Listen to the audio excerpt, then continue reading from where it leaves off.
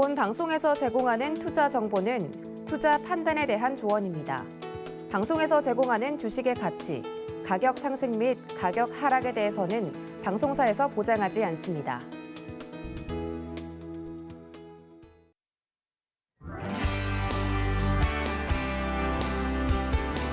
(1947년 7월 29일) 미국은 세계 최초의 컴퓨터 애니악을 가동하면서 컴퓨터 시대를 열었습니다. 애니악에는 17,000개가 넘는 진공관이 설치돼 있었는데요. 이후 진공관은 라디오, 텔레비전 등 전자제품에 널리 사용됐습니다. 지금도 진공관 앰프로 음악을 듣는 분들이 있습니다만 이 반도체의 등장으로 진공관은 서서히 모습을 감췄습니다. 최근 삼성전자가 세계 최초로 3나노미터 공정 기반의 파운드리 제품을 내놓으면서 3나노 시대를 열었습니다. 이 3나노 공정 개발과 관련해 이 부정적인 전망을 쏟아냈던 경쟁국 대만과 일본은 파운드리 후발주자인 삼성전자에 업계 1위라는 타이틀을 내줬습니다. 세계 최초 업계 1위, 삼성의 도전과 성취가 위기를 맞고 있는 우리 경제 새로운 희망과 활력의 불씨가 되기를 바랍니다. 정재환의 아리아리, 오늘도 함께해 주십시오.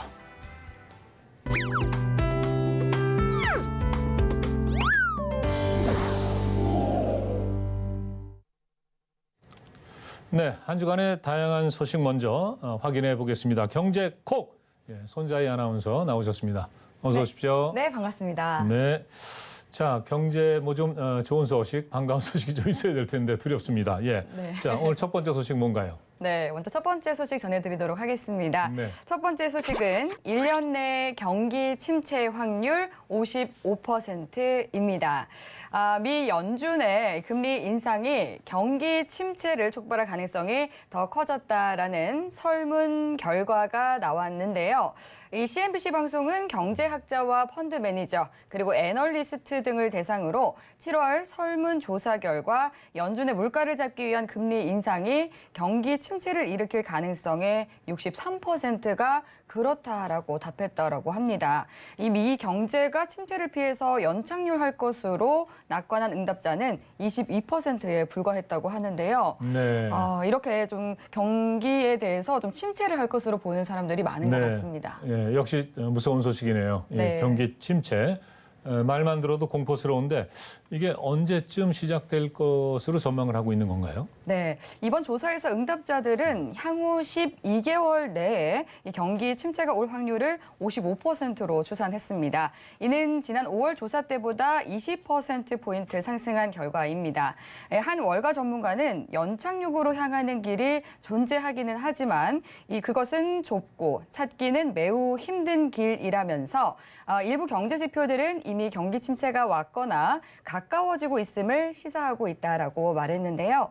국제통화기금 IMF 수석 경제학자도 이날 미국이 경기 침체를 피하기 쉽지 않을 것이라면서 세계가 조만간 글로벌 경기 침체의 벼랑 끝에 서게 될 수도 있다라고 경고의 목소리를 높였습니다. 네, 2분기 연속 저성장이면 이미 경기 침체가 시작된 거다 이렇게 얘기하는 분도 계시는 것 같은데 네. 미 연준이 지난 7월에도 이 자이언트 스텝 이것을 단행하지 않았었습니까? 네, 맞습니다. 네. 이번 금리 인상폭과 관련해서 설문 응답자 30명 중에서 29명이 0.75%포인트 인상을 점쳤고요. 네. 나머지 1명은 1%포인트 금리 인상을 예상하기도 했습니다.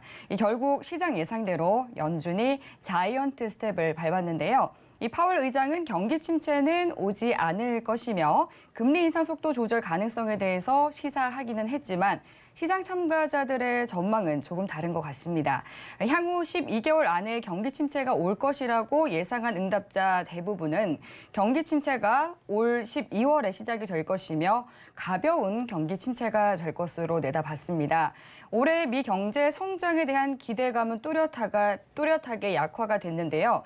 지난 1월 설문에서 전문가들은 올해 미 성장률을 4.7%로 전망을 했지만 이번 조사에서는 0.7%로 대폭 하향됐습니다. 네, 파월 의장이 그래도 좀 낙관적인 전망을 하고 있는 것 같은데 네. 그분의 예상이 좀 맞았으면 하는 바람이네요. 네. 주식 시장은 어떻게 흘러갈까요? 네, 주식 시장과 관련해서는요, 이 주가가 실적과 또 경제 성장 전망에 비해서 낮거나 적정하다라는 응답과 또 주가가 여전히 높다라는 응답이 나란히 48%로 팽팽하게 맞서고 있는 상황입니다. 네. 따라서 FOMC 회의 이후에 나스닥이 4%대로 급등하는 등 굉장히 기이한 현상이 펼쳐지고 있는 상황입니다.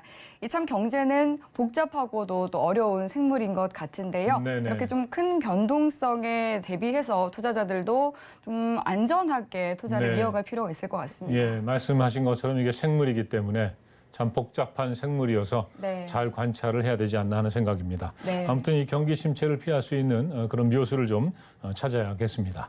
자, 다음 소식은 뭔가요? 네, 바로 이어서 두 번째 소식 전해드리겠습니다. 두 번째 소식은요, 물가 더 오른다. 7월 기대 인플레이션 사상 최고입니다. 네. 향후 1년간 소비자 물가 상승을 전망하는 기대 인플레이션율이 역대 최고치를 기록했습니다. 네. 이 한국은행이 27일 발표한 7월 소비자 동향 조사에 따르면 이달 기대 인플레이션은 전월보다 0.8%포인트 오른 4.7%로 집계가 됐습니다. 기대 인플레이션율과 전월 대비 상승폭 모두 2008년 관련 통계가 시작된 이래 최고치로 상승폭은 지난달에 이어서 두 달 연속 최대치를 갈아치웠는데요. 이는 기대 인플레이션율 상승 속도가 점점 빨라졌다는 것을 뜻합니다. 기대 인플레이션율이 오르면 가계와 기업이 미래 물가 상승에 대비해서 미래 이 상품을 사기 때문에 물가 상승세를 더 부추기는 악순환이 이어질 수가 있습니다. 그렇기 때문에 이러한 기대 인플레이션율을 좀 눈여겨볼 필요가 있을 네. 것 같습니다. 그러니까 이제 물가가 오를 것이다 이렇게 예상을 하면 그런 어떤 심리 때문에 물가가 좀 더 오른다. 네. 뭐 이런 얘기가 되는데 참 걱정입니다. 예, 우리나라 물가는 어떨까요? 하반기에 더 오를까요?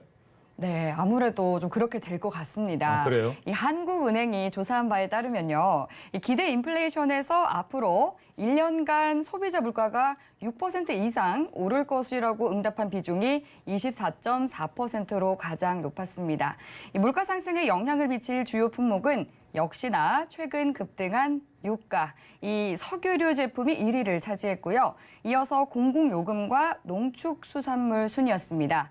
다만 지난 13일 한은금통위가 기준금리를 한 번에 0.5%포인트 인상한 빅스텝은 이번에 반영되지 않았다는 점을 참고하시면 좋을 것 같습니다. 네. 자, 뭐 기름을 안 넣을 수도 없고, 네. 예. 밥을 안 먹을 수도 없고, 예. 참 걱정입니다. 예. 자, 다음 소식 전해주시죠. 네. 요즘 이제 조금 전에 말씀드린 것처럼 정말 월급 빼고 다 오르는 것 같습니다. 네네. 이 오르는 물가가 굉장히 높게 오르자 트렌드도 바뀌고 있는데요. 네, MZ 세대 무지출 챌린지 확산입니다.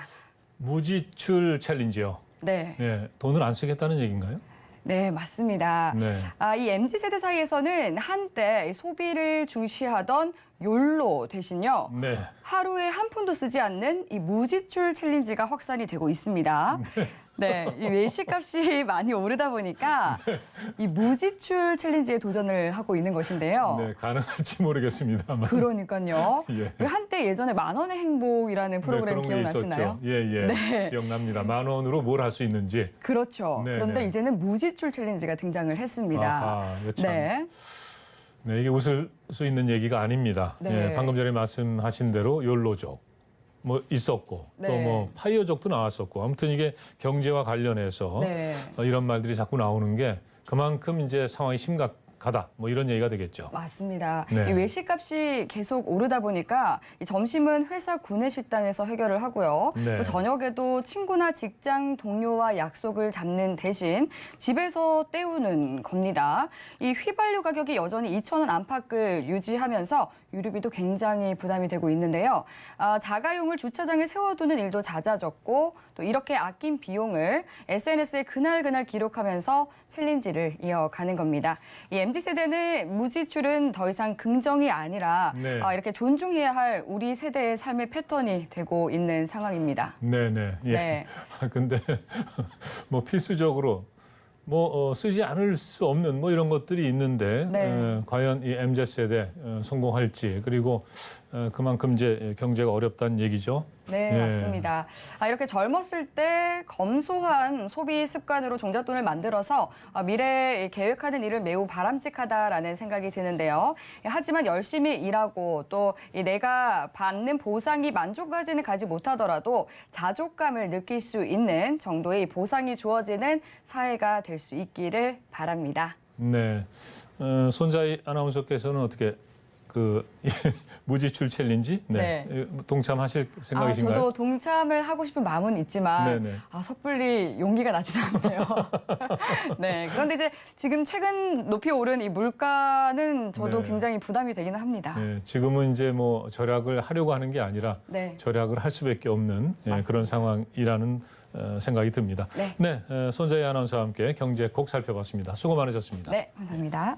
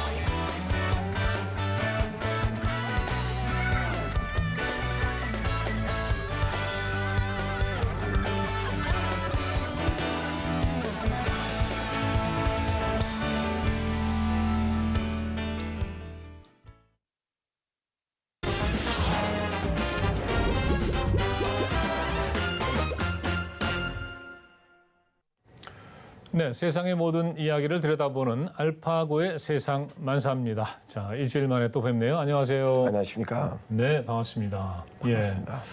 그 목소리가 좀 상한 것 같아요. 네. 무슨 일이 있었습니까? 우리 정치자분들이 용서해 주시길 바라고요. 좀 네. 소리를 외칠 일이 있었습니다. 흠뻑쇼에 다녀오신 건 아니고요. 네, 그건 아닙니다. 네. 네. 자, 이번 주 알파고 씨가 주목한 국제 뉴스는 어떤 건가요? 바로 스리랑카입니다. 스리랑카. 네. 네. 이제 아시다시피 얼마 전에 그 BBC 기자의 네. 그 이제 현장 영상이 나와서 우리도 보고 너무 깜짝 놀랐잖아요. 네네. 아시다시피 이제 바로 화면에 나오고 있는데, 네네. 그- 대통령궁을 지금 점령한 거죠? 예, 시위대가? 국민이 지금 뭐지 점령을 했고요. 네네. 다음에 거기 있는 그 뭐죠 불 풀? 네, 네, 풀장. 수영장에서 사람들 수영도 하고. 네네, 맞습니다. 예, 예. 근데 이제 이 과정에서는 무슨 일이 생기냐면 BBC 네. 기자가 이걸 찍으려고 하다가 폭행당했어요. 네. 예. 폭행을 당했다. 예, 그리고 그 취재하던 기자가. 예, 그리고 네. 기자의 핸드폰을 빼앗아서 영상을 삭제하라고 하고 네네네. 좀 약간 힘들게 그 지재가 당한 게 이제 국민이 보시다시피 네. 와서 이제 노롱을 한 거죠, 대통령을. 예. 근데 지금은 이 세상이 다 열려 있어서 아무리 네. 보도를 못하게 하고 통제를 하고 그래도 저렇게 다 알려지는 거 아니겠습니까? 그렇죠. 이제는 예. SNS 시대이다 보니까 모든 개개인 하나의 기자이고 네. 지금 대통령이 도망간 상황이죠. 예, 싱가포르에 있다는 얘기는 들었는데 맞아요. 여전히 혼란스러운 그런 상황이겠죠? 예, 지금 대통령뿐만 아니고 대통령의 예. 가문, 네. 예, 형들 그리고 조카들이 다 도망갔어요. 네. 야, 라자 박사 가문이라는 예, 이 예. 가문 자체가 도망간 상황이고 대통령이 없다 보니까 이제 야당에 있는 당 대표 같은 사람이 네네. 국회에서 신임을 받아가지고 대통령 관한 대행을 하고 있고요. 네네. 조만간 이제 좀 다시 한번 총선하고 대선을 치를 겁니다. 네. 스리랑카에서. 그 총리가 제가 이름까지는 기억을 못 하겠습니다만은 라자 박사라고 하시면 돼요. 그렇습니까? 마힌다 라자 박사. 네. 대통령의 아무튼 형. 대통령 지금 직무대행을 네. 직무대행인가요? 아니면 이렇게 뽑힌 건가요? 아니 그 국회에서는 네네. 뽑혔는데 네. 그걸 이제 뽑히면서 관행 대행을 한 거지. 다시 이제 대선하고 총선을 할 겁니다. 그렇군요. 네.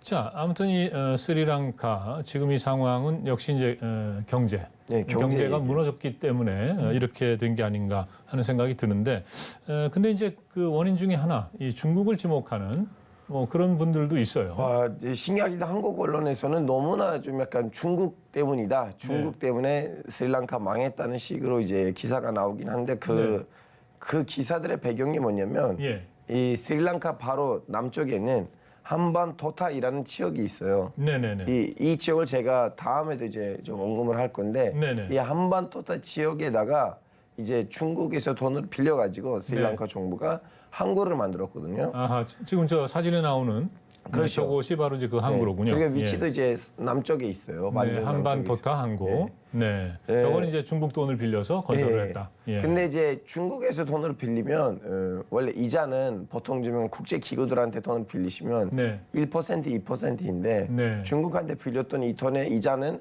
4.6%인가 그 정도였어요. 상당히 높았네요. 네, 그렇죠. 예. 그리고 이제 이것도 있어요. 그 중국에서 돈을 빌리고 그걸 만들려고 했는데 그러면 노동자들은 누구냐? 네. 원래 스리랑카 사람들이 와서 거기서 노동자로 일해야 됐는데 그래야 되겠죠? 중국에서 노동자들이 왔어요. 그러다 보니까 돈이 네. 왔는데 돈이 내부 경제에서 순회가 안 됐습니다. 네, 다시 중국으로 갔네요. 어떻게 보면 다시 중국으로 간 거예요. 네. 그리고 이제 중국에다가 이제 빚을 내야 됐는데 네네. 그 빚은 못 갚았어요. 예. 못 갚다 보니까 중국이 이제 한반토타 항구를 가져갔습니다. 아하. 이제 사람들이 이걸 보고 이 스리랑카의 그 경제 부도의 네네. 원인이 중국이다. 그냥 사실은 예. 그렇진 않아요. 네. 지금 방금 전 지금 우리 화면에 나오는 것들 보시면 중국 국제가 중국으로 그 스리랑카 국제 보시면 네. 중국에서 빌린 돈이 불과 10%예요. 10%. 네, 나머지 90%는 중국 아니고 다른 나라나 아니면 국제 네네. 기관들이에요. 예. 그래서 나머지 다른 나라들은 핏대 못 갚는 상황이고 네네. 그리고 한반토타 항구가 지금 중간에 빼앗겼죠. 네네. 뭐 한 99년 동안 뭐 중국이 그것을 사용한다. 맞아요. 뭐 이런 뉴스를 근데 들은 적이 그렇다고 납니다. 해서 그거는 스리랑카 경제대가 큰 영향을 미친 일이 아니에요. 왜냐하면 스리랑카에서 제일 큰 항구는 네. 수도 콜롬보에 있는 항구고 네. 그 항구는 몇백 년 전부터 이렇게 내려왔던 항구고 아직도 네. 스리랑카 경제의 좀 핵심, 네, 그 네. 심장 역할을 콜롬보 항구가 했기 때문에 네. 뭐 한반도도 항구가 99년 중간에 뺏겼다고 해서 네. 이렇게 스리랑카 경제는 그렇게 큰 영향을 받았다고 하기에는 좀 약간 과언인 것 같아요. 네. 사실 우리가 이제 이 스리랑카에 대해서 잘 모르죠. 네. 예. 뭐 과거에 이제 이름이 실론이었던 걸로 기억을 하고. 그래서 실론티 이제 있잖아요, 실론티. 예, 그래서 우리가 실론 티를 마실 때 네. 스리랑카에서 온 거구나 이런 정도인데 앞서 이제 그 라자 박사 가문을 말씀을 해주셨어요. 네. 그러니까 실질적으로 이 스리랑카를 지배한 것이 바로 이 가문입니까? 이제 이렇게 경제적으로 부도나는 이 스리랑카 이 모습을 보니 라자팍사 가문이에요. 네. 그래서 뭐 스리랑카 부도의 원인은 무엇인가 중국인가 하시면 네네. 중국보다는 라자팍사 가문이라고 제가 답변을 하고 싶은 거죠. 어떤 가문인지 좀 소개를 좀 해주시죠. 제가 이제 방금 전에 우리 한반토타 항구라고 했잖아요. 네네. 이 가문이 한반토타 출신이에요. 아하. 네. 네네. 그리고 이분들의 아버지부터 이제 정치가 시작한 거예요. 이분들의 아버지 시절부터. 네네. 아버지는 그러니까 이제 지금 대통령의 아버지를 예, 예. 말씀하시는 거죠? 그렇죠. 예. 아버지 라자 박사. 네. 네, 아버지 라자 박사는 이제 처음에 이제 남부 지역에서 그리고 이것도 말씀드려야 되는데 스리랑카에서 한국처럼 정당이 2개 있어요. 네네. 하나는 자유당이 있고 예. 하나는 통일당이 있어요. 통일당은 이제 큰 정당이 2개란 말씀이신 거죠? 예. 통일당은 유니티 파티는 그거예요. 좀 약간 우파 계열이고 네. 자유당은 좀 약간 좀 좌파 계열인데 네, 진보 쪽이겠죠. 네, 진보적이에요. 네. 근데 주로 항상 우파 정당이 당선이 돼 왔어요. 주로. 네. 그 주류는 항상 그쪽이었는데 근데 이제 화면에 나오고 있죠. 이렇게 코끼리는 네. 이제 좀 약간 우익 계열이고 그러니까 손이 좌익 계열이에요. 아하. 예. 네. 이렇게 손이 생각하시면 좌익 되고. 계열인데 오른손이네요. 예, 예. 네. 왼손을 안 쓰고 오른손을 써요. 여기도 신기하네요. 네. 근데 저도 이번에 처음 알게 됐어요. 앞으로 써보겠습니다. 네. 하여튼 근데 주로 이제 코끼리 종당이 네. 스리랑카를 다스려 왔어요. 주로. 아하. 근데 이 한반도 지역이 살짝 좀 약간 우파 계열의 도시예요. 한국으로 따지면 뭐 부산 같은 느낌이에요. 네네. 이제 거기서 이 라자팍사 가문이 자익 정당에 들어가서 활동을 했는데 네네. 자익 정당 입장에서 우리는 이 사람들을 대선으로 세워놔야지 네.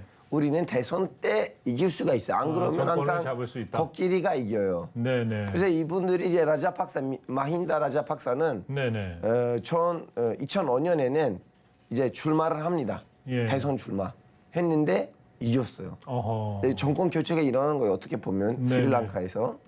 그리고 이분이 뭘 했냐면 원래 정당이 진보 계열인데 네. 이 사람이 타밀 반군들이란 하는 그 내전을 파괴합니다. 네네. 그 내전에서 원래 휴전을 하고 이제 싸우지 말자 아하. 자치권 좀 얘기해보자 협상 중이었는데 네네네. 그 협상 내용을 휴전 내용을 다 씻어버리고 네. 다시 내전에 나섭니다. 아하. 그러니까 열심히 싸우죠. 네. 2006년부터 예예. 2009년까지 네네. 3년 만에 타밀 반군을 없애버립니다. 아, 그러니까 그렇게 하면서 이제 두각을 나타내고 그렇죠. 그리고 이제 권력을 잡게 되는 이제 거군요. 이 사람의 말이 이거예요. 네. 스리랑카는 30년 동안 타밀 반군이랑 싸웠는데 네네. 아무 성과도 없었다. 아하. 근데 나는 3년 만에 타밀 반군을 없애버렸어. 네네네. 본인이 진보 계열 종당인데도 우익 계열에서 박수가 나온 거예요. 아. 그리고 그렇군요. 이분이 또 네. 하나 똑똑한 일을 해요. 네. 군인들 중에서 자기 동생이 있어요. 예예. 지금 이번에 쫓겨나는 대통령이죠. 아하. 고타바야 라자팍사. 네. 그 자기 동생을 그 내전에 있는 장군으로 임명을 해요. 네. 그러다 보니까 자기 동생이 전쟁 영웅이 되는 거예요. 아. 이제 예, 그 예. 전쟁을 이겼다는 그 모습으로 2010년 대선에 들어갔는데 네. 2010년 대선을 너무나 신속히 네네. 성공을 하고 다시 당선돼서 대통령 돼요. 네. 2010년부터 이제 열심히 이제 사진에 나와 있는데 미한다 라자팍사의 동생이에요, 이분이. 네네. 지금 대통령, 지금 쫓겨난 대통령이에요. 예예. 이분이 그때 군인이었어요, 그 당시에. 네. 하여튼 이제 그때 라자팍사 가문이 2010년부터 열심히 이제 피리에 나서요. 예. 그리고 자기 지역도 발전시키려고 해요. 바로 그때 이제 한반도타 한국을 만들려고 했는데 네. 중국에 와서 먼저 제안한 거 아니에요. 미한다 라자팍사가 중국한테 제안을 하는 거예요. 아하. 와서 좀 만들어 달라고. 네네.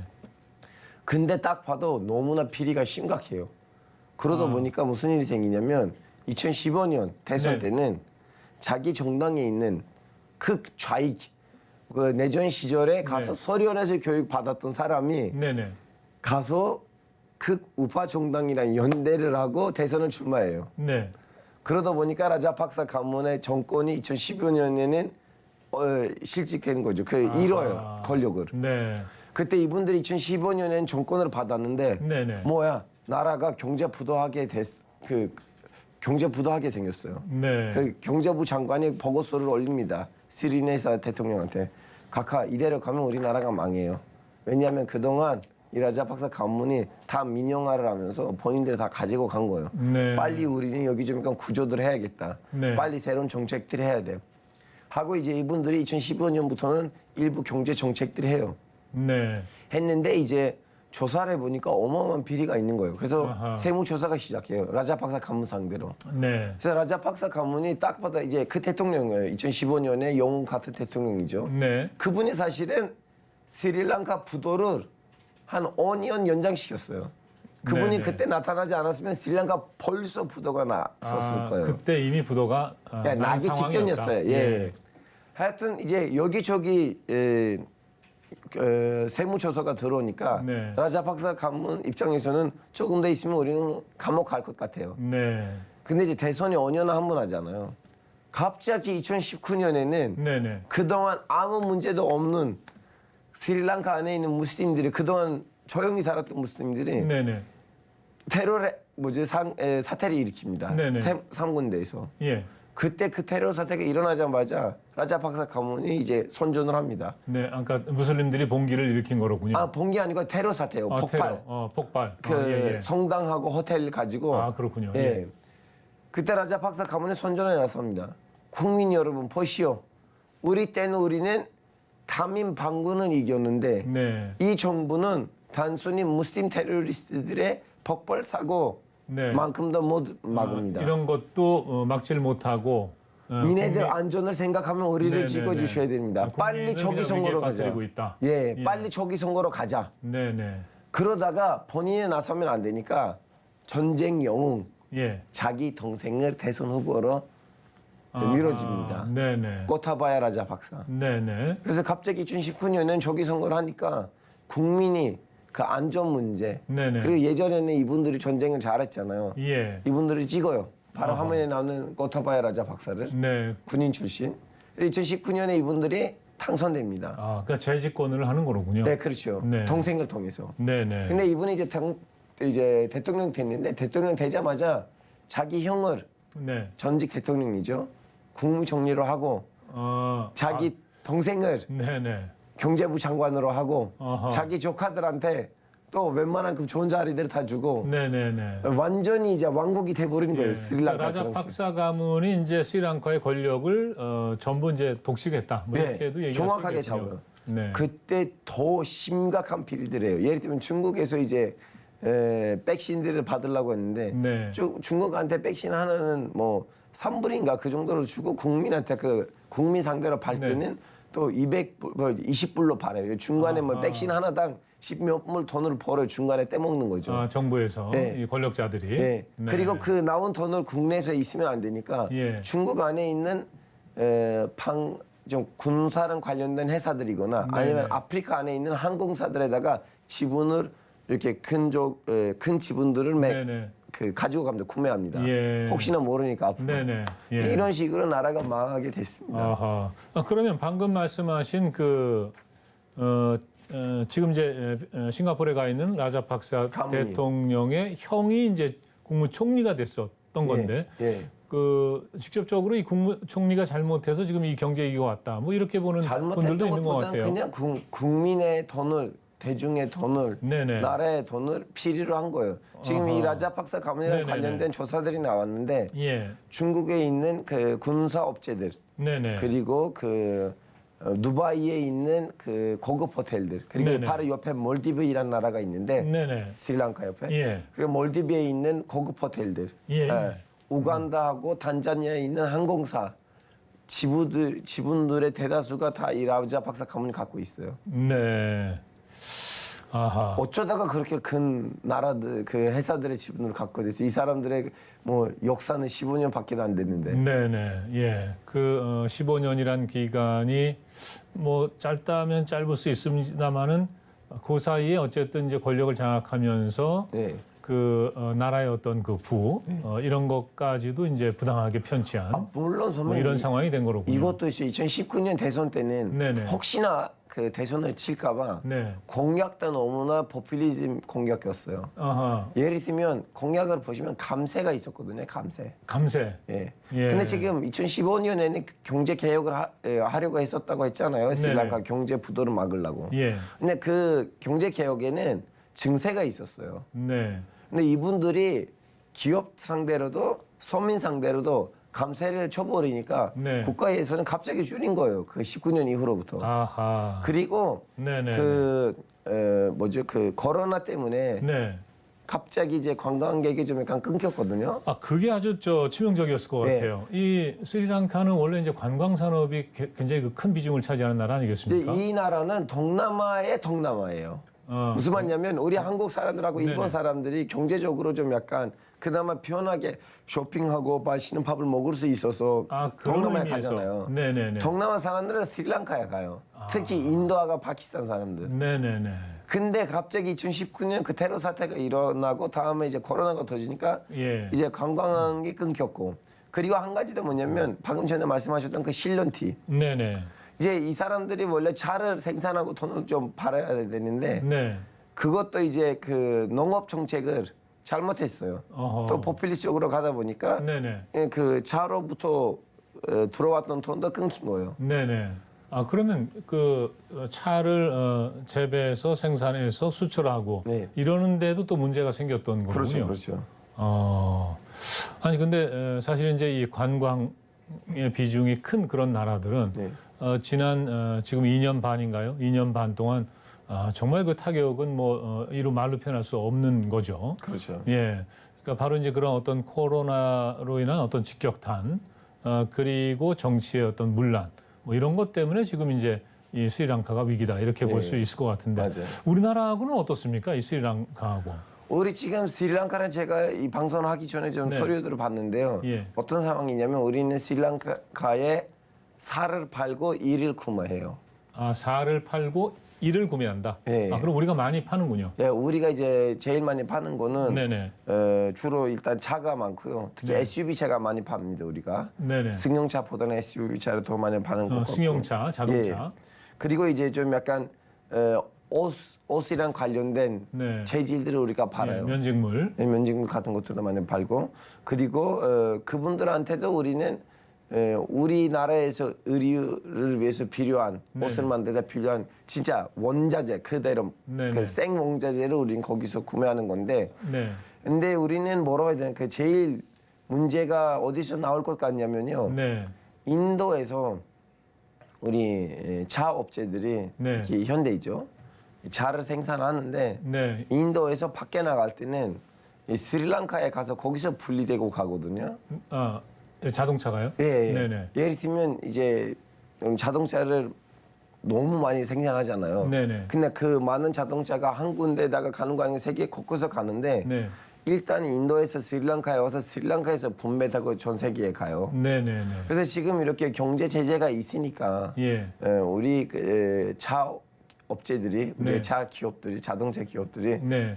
당분간 좀 약간 힘들어하지 않을까라는 생각도 들기도 해요. 아하. 네.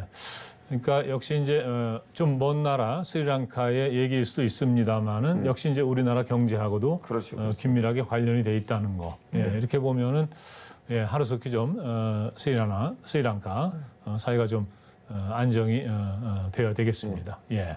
자, 오늘 알파고의 세상 만사 스리랑카에 대해서 함께 말씀 나눴습니다. 수고 많으셨습니다. 감사합니다. 예.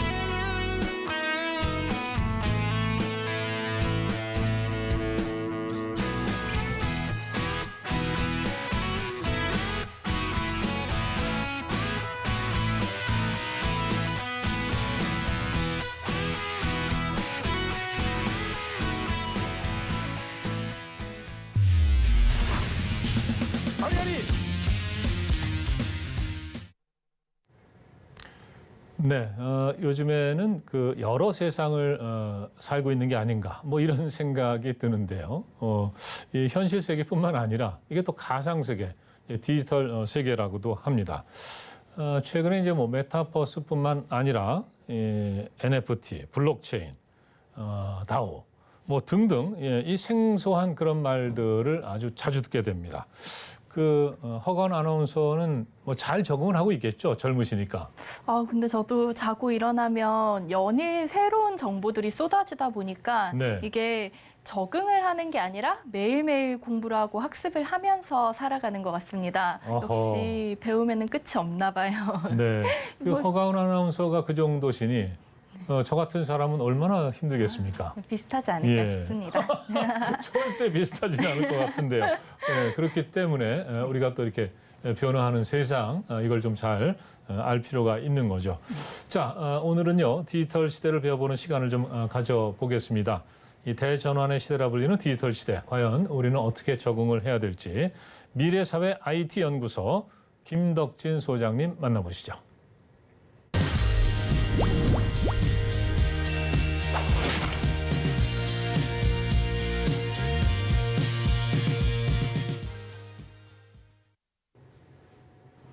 여러분 안녕하세요. 미래사회 IT연구소 김덕진 소장이라고 합니다. 오늘 여러분들과 함께 이 디지털 시대의 새로운 신뢰 도구라고 할 수 있는 이른바 디지털 협동조합이라고 할 수 있는 DAO, 우리나라 말로는 다오라고 하는데요. 이 다오에 대해서 한번 살펴보려고 합니다. 이게 무슨 단어냐라고 이제 처음 당황하시는 분들도 있을 겁니다. 그런데 뉴스를 통해서 이러한 소식 최근에 보신 분들이라면 조금 감이 잡히실 것 같아서 제가 뉴스를 좀 가져왔는데요. 자, 간송미술관에 있었던 국보입니다. 금동 3존 불감이라고 하는 국보인데요. 이게 이 간송미술관 자체가 최근에 경제적인 어려움이 있다 보니까 해외에 판매한다 혹은 이거를 옥션에 붙인다는 이야기가 있었습니다. 국보잖아요. 근데 국보를 우리가 참 지키면 좋겠는데 이게 해외에 유출될 수 있는 안타까운 상황이 생겼던 것이죠.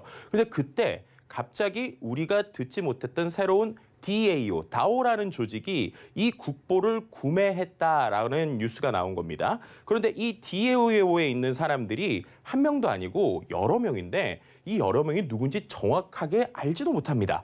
그리고 더 놀라운 사실은 이걸 구매하는데 우리나라가 알고 있는 한국 돈이 아니라 이더리움이라고 하는 가상화폐를 기반으로 샀다는 거예요. 아니 누군지도 잘 모르는 수십 명이 가상화폐인 이더리움을 가지고 국보를 구매합니다. 그리고 나서 더 놀라운 거는 그 구매한 국보의 51%의 지분을 다시 이 미술관에 돌려주면서 이 미술관에 이것을 보관해달라고 하는 이러한 조직들이 생겨나게 됩니다. 아니 이게 도대체 어떤 일로 이렇게 생긴 걸까요? 자, 그런데 이런 변화들이 최근에 좀 많이 일어나고 있습니다. 최근에 이 러시아와 우크라이나의 전쟁, 안타까운 일들이 일어나고 있죠. 그런데 이 우크라이나에 도움을 주고 싶은 사람들이 생깁니다. 근데 과거에 생각해 보시면 우리가 어디에 있는 구호단체를 통해서 도움을 준다라고 하면 이 구호단체에서 실제로 도움이 가는 과정이 속도감도 좀 떨어질 수 있고 우리 입장에서는 이 돈이 정확하게 어떻게 쓰였을까에 대한 좀 고민이 생기는 부분들도 있지 않습니까? 그래서인지 이번에 우크라이나에서는요, 아주 놀랍게 본인들에게 지원하는 지원 금액들을 가상화폐로 받겠다라고 하면서 가상 지갑 주소를 트위터나 등등에 올리게 됩니다. 자, 그랬더니 어떻게 돼요? 전 세계에 있는 뭔가 우크라이나를 돕고 싶다는 사람들이 본인의 가상화폐, 뭐 예를 들면은 비트코인이나 이더리움 등을 통해서 도움을 주기 시작합니다. 근데 그렇게 됐더니 또 우리가 하나의 생각이 더 떠오르는 거예요. 우리가 돈을 주는 건 좋은데 지금 주는 돈은 정부에 직접적으로 기부하는 형태가 되는데 그게 아니라 이 우크라이나에 실제로 있는 민간단체나 혹은 거기서 어떤 활동을 하는 사람들을 돕고 싶다라는 생각이 드는 사람들이 생기기 시작합니다. 근데 그런 사람들이 이걸 어떻게 도울 수 있을까요? 이럴 때 이들이 우크라이나 다오라고 하는 것을 똑같이 조직합니다. 그리고 온라인에 이런 글을 올려요. 저희가 우크라이나에 있는 사람들을 돕고 싶은데 특별히 민간에 있는 지역에 무기를 사는데 도움을 주고 싶습니다. 라는 얘기를 합니다. 그러니까 어떻게 돼요? 사람들이 그걸 돕고 싶은 마음이 생기죠. 그런데 우리가 직접 만날 수 없으니까 제가 이더리움 지갑 주소를 오픈하고 그 사람들에게 이더리움을 돈을 모읍니다. 그리고 나서 어떻게 돼요? 그 수십 명이 그러면 우리가 어디를 정확하게 도울지에 대해서 서로 토론을 해서 정합시다 라고 하는 하나의 단체가 생기게 됩니다. 그리고 나서 그렇게 해서 그들에게 실제로 도움을 줬었던 사람들이 뭔가 이러한 것을 기념하고 싶잖아요. 그렇게 되니까 최근에 가장 핫한 키워드 중에 하나인 NFT를 발급해 주는 겁니다. 그리고 마치 어떤 거랑 비슷하냐? 우리가 사랑의 열매 아시죠? 크리스마스 실처럼. 그래서 뭔가 우리 단체에서 우크라이나에 있는 민간을 도와주는데 돈을 조금이라도 보태거나 그것의 의사결정을 함께한 사람들에게 NFT 형태까지 제공해주는 이른바 우크라이나 다오라고 하는 것들이 생기게 됩니다. 직접적으로 전쟁이 일어날 때 민간에 있는 사람들이 스스로 자신들의 자본을 활용하고 또 그것을 직접 어디에 도와줄지까지 정해서 그것을 직접 구호 활동까지 하게 되는 이러한 형태들이 전쟁의 형태까지 바꾸고 있는 것을 보게 됩니다. 자, 이처럼 우리가 과거에는 가상화폐 혹은 NFT라고 하면 가상세계의 일이라고 생각을 했었는데요. 이러한 DAO, 다오의 형태가 나오게 되면서 현실에 영향력을 주기 시작합니다. 자, 이 DAO는요, 실제로 어디서 맨 처음에 많은 사람들에게 화두가 됐냐면 미국의 컨스티튜션 DAO라고 하는 것들이 있었습니다. 말씀드렸던 것처럼 미국에서도 헌법 초반본이 있었는데 헌법 초본 자체를 많은 사람들이 구매하고 싶으니까 이 사람들이 함께 모여서 DAO를 결성한 것이죠. 이것이 제대로 되진 않았지만 그럼에도 불구하고 현실에 영향력을 미치는 DAO라는 것들이 생기기 시작을 했습니다. 자, 이런 변화가 왜 생겼을까요? 아시겠지만 자, 여기 왼쪽에 보시면 기본적으로 우리가 1987년도 정도의 백만장자의 오피스라고 하면 이러한 형태를 생각하죠. 주식을 하시는 분들이 월스트리트에 전화를 하는 이런 모습을 보게 됩니다. 근데 최근에 2021년에 백만장자의 오피스라는 거죠. 뭐예요? 집에서 NFT 그리고 그다음에 그 안에서 가상화폐로 돈을 번 다음에 나는 돈을 벌었지만 부모님들은 내가 돈이 있는지 모르는 이러한 이른바 MZ세대들이 등장하고 있는 겁니다. 자, 이런 사람들이 돈을 이렇게 모으니까 이런 가상의 돈을 가지고 무엇을 활용할 수 있을까에 대한 생각을 하게 되는 것이죠. 그리고 이분들의 특징 중에 하나는 기존의 경제 구조에 대한 불신이 있습니다. 예를 들면 이런 거죠. 우리가 리먼 브라더스 사태 때도 우리가 느꼈지만 어떤 양적 완화라고 하는 것들 때문에 기존에 무너져야 된다라고 했었던 곳들이 무너지지 않고 그리고 경제 구조 자체가 누군가에 의해서 뭔가 돌아가게 되는 형태가 되는 것을 보게 되는 것이죠. 그러니까 야, 이럴 거면은 국가나 정부를 우리가 대신할 수도 있지 않을까라고 하는 사람들의 생각들이 생기기 시작합니다. 즉 이러한 기반을 생각을 가지고 최근에 우리가 말하는 SNS나 페이스북과 같은 플랫폼 기업들이 일부의 독점된 부 그리고 정보를 독점하면서 생기는 엄청난 소득을 우리가 그 몇몇 기업에게만 돌려주는 것이 아니라 우리가 서로 예를 들면 소셜미디어 같은 걸 서로 같이 만들고 그 안에서 부도 서로 나누고 그 안에서 새로운 개념과 새로운 우리가 생각하는 것들을 기본적으로 같이 의사결정할 수 있는 이러한 형태들을 만들자라는 움직임들이 암호화폐로 돈을 번 젊은 세대들을 중심으로 시작되기 시작합니다. 그리고 이런 흐름들을 이른바 우리가 웹3, 그러니까 기존에 있던 것들 웹 2.0이라고 표현하는데 웹 3.0의 흐름으로 이야기하게 됩니다. 말씀드렸던 것처럼 우리가 암호화폐를 가지고 서로 어떤 현실의 사회에 영향을 미칠 수 있는 플랫폼을 만들던 투자조합을 만들던 혹은 어떤 구호단체를 만들던 그 구호단체의 방법과 규칙이 있어야겠죠. 그 규칙들을 블록체인 안에다 기록을 해서 누구도 수정하지 못하게 우리만의 룰을 만들고 그 안에서 그 룰 안에서 서로가 움직이는 이러한 형태들을 DAO, DAO라고 표현하게 됩니다. 즉 DAO라는 거는요. Decentralized Autonomous Organization이라는 것의 약자인데 분산형 자율 조직인 거죠. 자, 분산형 자율 조직이라는 것은 분산은 말씀드린 것처럼 블록체인을 기반으로 해서 우리가 전 세계에 있는 다양한 사람들의 이름과 성을 알지 못하더라도 익명성으로 함께 활동한다는 것이고요. 오토노머스라고 하는 것은 우리가 자율적으로 그 안에서 룰을 만들고 움직이자는 겁니다. 그 대신 그 룰을 블록체인에 기록을 해놔서 수정을 함부로 못하게 하는 것이죠. 그러한 오거니제이션, 조직의 형태가 되다 보니까 여기 보시는 것처럼 국경을 넘어선 협업이나 아니면은 투명한 조직의 의사결정이 나오죠. 모든 기록이 블록체인에 남기 때문이죠. 자, 그뿐만 아니라 사용자 자체가 소유권이나 알고리즘 기반의 소유권을 할당받기 때문에 그 안에서 우리가 다양한 형태의 조직 구조, 어떠한 세상에 없는 조직 구조들의 형태를 생각하게 됩니다. 자, 이러한 실제 DAO 같은 경우가 보시는 것처럼 올해 가장 많이 등장한 모습을 보게 되는데요. 전반적으로 여기 보시는 것처럼 뭐 소셜 다오나 프로토콜, 심지어 투자하는 형태도 투자 다오의 형태들이 많이 늘어나고 있는 상황이라고 볼 수 있을 것 같습니다. 자, 물론 다오가 장점만 있는 것은 아닙니다. 장점은 말씀드린 것처럼 참여자가 직접적으로 주권을 강화시키고 이해관계가 재정이 되고 인센티브가 있을 수 있지만 단점이 또 있습니다. 예를 들면 모든 사람이 의사결정에 참여해야 되기 때문에 그 조직에 있는 모든 사람이 승인을 받아야 되는 거죠. 그러니까는 의사결정이 좀 느리고요. 그다음에 한 사람이 뭔가 주도권을 갖는 게 아니라 다양한 사람들이 서로의 주도권을 갖기 때문에 책임감에서 어떠한 한 사람의 리더십 이런 것들이 부족할 수도 있습니다. 그 외에 보시는 것처럼 금권 정치도 있고요. 또 지금 이런 DAO 자체가 투자에서 인정되는 나라가 몇 곳 없습니다. 그러한 규제적인 문제도 존재하는 것이 현실적인 사실입니다. 자, 그럼에도 불구하고 많은 사람들이 이 DAO에 관심을 많은, DAO에 관심이 많은 이유는 보시는 것처럼 우리가 기존에 누군가에게 소수에게 있었던 권력을 서로 분산시키면서 그 안에서 스스로 의사결정에 참여하고 그 안에서 조직을 이끌 수 있는 다양한 형체들이 존재하지 않을까에 대한 기대감 때문이라고 보시면 될 것 같습니다. 그리고 그 안에 있는 우리가 스스로의 가상자산을 가지고 플랫폼과 서비스를 만들 수 있다면 결국에는 하나의 이상적인 조직의 형태뿐만 아니라 이상적인 웹 서비스의 형태, 이상적인 투자의 형태로 서로가 기여할 수 있는 플랫폼이 될 수 있는 것이 아니냐라고 하는 기대감이 지금의 다오의 열풍을 이끌고 있다라고 볼 수 있을 것 같습니다. 자, 여러분 이 다오에 대해서 어떻게 생각하시나요? 물론 이것이 아직은 완벽한 서비스가 아니기 때문에 여러 가지 논쟁이 있을 수 있지만 그럼에도 불구하고 기존의 사회 체제 그리고 기존에 이미 부가 불평등돼 있다고 하는 이러한 세상에 하나의 새로운 혁신의 돌파점으로 그 안에서의 새로운 방법론으로 이 다오가 전 세계적으로 주목받고 있다라는 사실만큼은 확실한 것 같습니다.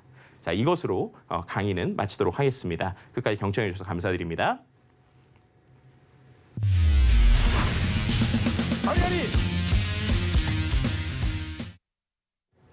네, 미래사회 IT연구소 김덕진 소장님 강의를 열심히 들었는데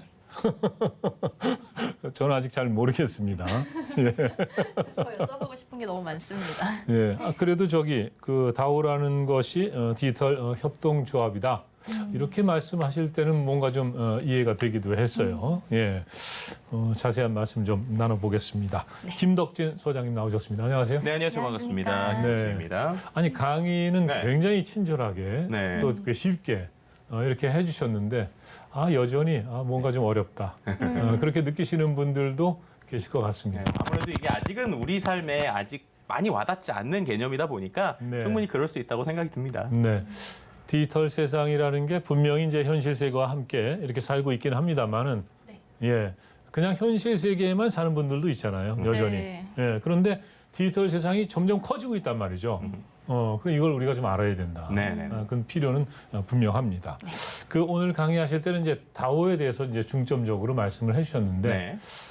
이 다오 그 동안에 사실 뭐 NFT 또 무슨 뭐 블록체인 네. 기술, 뭐 뭐 메타버스 메타버스. 뭐 이런 얘기 들으면서 이게 뭐지? 예, 뭐 그런 생각도 많이 했는데 네. 그 NFT라는 것을 이 메타버스 네. 여기에도 사용을 할 수가 있는 겁니까? 네, 맞습니다. 이제 제가 말씀드린 다오라는 개념을 이해하기 위해서 네네. 일단은 메타버스 그리고 NFT, 다오 이 세 개의 조합을 생각하시면 네. 그나마 좀 흐름이 이해가 되실 거예요. 그 순서로 나왔던 것 같아요. 네, 맞습니다. 일단 최근에 혹시 가상 부동산이라는 이야기 많이 들어보셨죠? 가상 부동산이요. 네. 들어보셨어요? 네, 웹에서 집을 살 수 있는 건가요? 그렇죠. 예를 들면 아마 네. 인터넷에 검색해 보시면 가상 부동산이라는 게 있을 텐데 이게 쉽게 말하면 네. 메타버스 안에 있는 땅을 네. 사고 판다라는 것들이 최근에 생기고 있어요. 그 돈이 필요합니까? 네, 실제 돈이나 가상 돈으로 네네. 가상의 땅을 산다는 거예요. 네네. 근데 그렇게 되면 우리가 생각하는 게 이거 봉이김선달 아니냐 이렇게 생각할 수 있는 것이죠. 네네. 근데 그 땅을 사서 거기서 무엇을 하느냐의 차이라고 볼 수 있을 것 같습니다. 네. 예를 들면 최근에 뭐 여러 가지 메타버스들이 있죠. 뭐 네네. 제페토나 뭐 여러 가지 것들이 있는데 그런 것들은 어쨌든 운영하는 기업이 정확하게 있고 네. 그 안에서 우리가 홍보를 하는 거잖아요. 네네. 근데 말씀드렸던 이런 가상 부동산을 판매하는 메타버스는 어떤 네. 개념이냐면 쉽게 말해서 온라인의 어떤 기업이 내가 온라인에서 광고를 하려고 해요. 메타버스에서 뭔가 활동을 하려고 해요. 네네네. 그럼 그 가상 부동산을 사야 되는 거예요. 마치 우리가 현실에서 땅을 사서 네네. 그 땅 안에서 뭔가 활동을 하듯이 예. 그 땅을 사게 되는 거죠. 그러면은 쉽게 말하면 제가 가상이지만 가상의 건물주 혹은 가상의 네. 땅 주인을 할 수 있는 거죠. 네네. 그러니까 이제 사람들이 그것도 이제 메타버스마다 물론 다르기 때문에 이걸 제가 투자 권유하는 건 아니고요. 네네. 어떤 메타버스에 예를 들면 10대들이 전 세계에서 뭐 1,000만 명 이상 무조건 놀 것이다라고 생각을 하면 아하. 그 땅 안에서 제가 땅의 일부를 사면 네네. 그거를 기업이 내 땅을 사서 네네. 그 안에서 뭔가를 올리고 광고를 네. 할 수 있지 않을까 이런 생각을 하게 되는 거예요. 네네. 그래서 최근에 이제 가장 대표적인 이런 플랫폼 중에 하나가 디센트럴랜드라고 하는 메타버스 플랫폼이 있는데 네. 실제로 여기에 삼성전자가 2022년 1월부터 네. 가상의 매장을 열었습니다.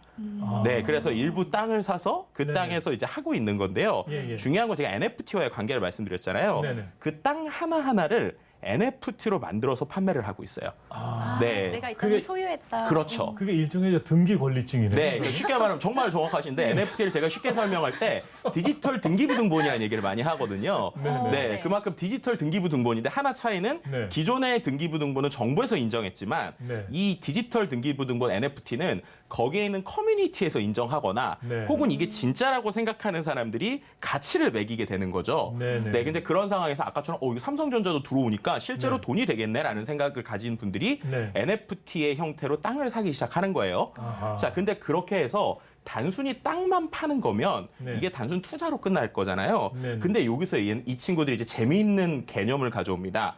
뭐냐면 주식에 있는 네. 일종의 권리에 대한 개념을 가져오는 거예요. 네네. 그래서 쉽게 말하면 제가 뭐 100개 NFT 중에 땅을 예를 들면 100개로 나눴다고 쳐보면 네. 전체 땅 100개 중에 제가 20개만큼의 NFT를 샀다라고 네네. 하면 이게 마치 우리가 시장 선거 나가거나 네네. 구청장 선거 나가듯이 그 땅에 대한 의결권의 20%를 갖게 되는 겁니다. 네네네. 네, 그렇게 되면 예를 들면 이런 생각을 해볼 수 있겠죠. 우리가 지금 많은 대기업들이 우리 메타버스에 막 들어오려고 하는데 네네. 우리가 임대료를 한 30% 받을까요? 40% 받을까요? 아하. 라고 하는 의사결정에 네네. 직접적으로 NFT를 가지고 있는 사람들이 참여할 수 있게 되는 거예요. 네네네. 주주가 되어서. 그렇죠. 이제 그렇게 되니까 예를 네네. 들면 내가 현실에서 땅 하나도 없고 네. 또 땅이 있더라도 내가 뭔가 법을 바꾸거나 뭔가 새로운 어떤 의사결정을 할 수 있는 상황이 아닌데 네네네. 만약에 내가 메타버스 안에서 NFT로 되어 있는 땅의 어떠한 그 땅을 사고 네네. 그리고 그걸로 돈을 벌 뿐만 아니라 예. 그거에 대한 의결권이 있다면 네. 아 내가 예를 들면 삼성전자가 들어올 때 내가 삼성전자한테 최소한 이만큼 금액은 받아야겠어 네네네. 라고 하는 전체 의사결정에 직접 참여할 수 있게 되는 네네. 요런 이제 개념들이 생기는 거죠. 그래서 아하. 이런 것들을 DAO라고 보통 표현을 합니다. 그래서 이제 그게 다오가 되는 네, 거군요. 그래서 이제 이러한 어떤 네네. 블록체인 기반이나 메타버스 기반에서 예. 어떤 그 기존에는 그 운영하는 기업들이 그런 것을 스스로 정했잖아요. 네네네. 그게 아니라 내가 어떠한 지분이라고 할 수 있는 블록체인 혹은 NFT를 사서 네네. 그 산 거를 가지고 직접 의사결정에 참여도 하고 네네. 그리고 그 안에서 뭔가 우리가 이 땅을 더 넓힐 것이냐, 뭐 좁힐 네. 것이냐 예, 이런 예. 것들에 직접 의사 참여도 하는 네. 이러한 구조 자체를 탈중앙화된 자율 조직, 이래서 네네. DAO라고 보통 표현을 합니다. 네. 아, 좀 어렵나요? 네, 아니요. 네. 조금 이해는 갑니다. 네, 그래서 예. 이제 쉽게 하나 더 설명드리면 최근에 이제 우리가 많이 듣는 것 중에 하나가 이더리움 아시죠? 이더리움. 네네. 네. 네, 이더리움이라고 하는 게 보통 이제 요즘에 하는 가상화폐 중에 제일 대표적인 것 중에 하나잖아요. 근데 이제 NFT라는 게 이더리움 기반으로 나왔다라는 거는 보통 이제 알고 계시죠? 네네네. 근데 그러면은 어떻게 해서 이 이더리움에서 NFT라는 게 나오게 됐느냐? 네. 네. 그 의사 결정도 예. 네. 이더리움 안에 있는 DAO에서 의사 결정을 한 거예요. 아하. 네, 그러니까 어떤 한 사람이 야 네네. 이번 이제부터 우리가 NFT를 위한 어떤 프로토콜을 만들자, 그러니까 어떤 프로그램을 네네네. 만들자라고 혼자 결정한 게 아니라 예. 이미 이더리움을 많이 가지고 있는 사람들끼리 네. 우리가 지금 뭐 예를 들면 개발을 10개를 할 수 있는데 네네. 어떤 걸 먼저 개발할까라는 예. 거를 우리가 직접 민주주의 꼭 하듯이 네네. 그 안에서 누군가가 이런 거 합시다라고 투표 의제를 올려요. 아하. 그럼 그 안에서 많은 사람들이 자기가 가지고 있는 어떤 NFT 혹은 이더리움만큼 네네. 그 투표에 대한 권한이 있어요. 네네. 그래서 이제 투표권을 가지고 이런 거 합시다라고 발제를 예. 하면 그 상황에서 자 그럼 이번에 우리 NFT를 만들기 위한 프로그래밍을 이번에 개발할까요? 라는 걸 네네. 의사결정을 붙이고 네. 그래서 의사결정으로 합시다라고 하면 네. 그다음에 개발하는 이런 과정들이 DAO라고 볼 수 있을 것 같습니다. 일단 거기까지 말씀 듣겠습니다. 네. 예. 아무래도 요 다음 얘기는 방을 옮겨서 해야 될 것 네. 같아요. 예. 네네네. 어디로 오면 되는지 얼른 좀 안내 좀 해주세요. 예. 지금 김덕진 소장님께서 맛보기로 살짝 설명을 해주셨는데요. 더 자세한 내용 궁금하신 분들 많으실 것 같습니다. 유튜브 서울경제TV 채널 들어오셔서 센TV 정재환의 아리아리 못다한 이야기 초대석 동영상 누르고 들어오시면 댓글을 통해서 실시간으로 직접 김덕진 소장님께 질문하실 수 있습니다. 잠시 후 3시부터 유튜브에서 이어가겠습니다. 네, 옆방으로 같이 좀 자리를 옮겨주시기 바랍니다. 정재환의 아리아리 오늘 함께해 주셔서 고맙습니다. 예.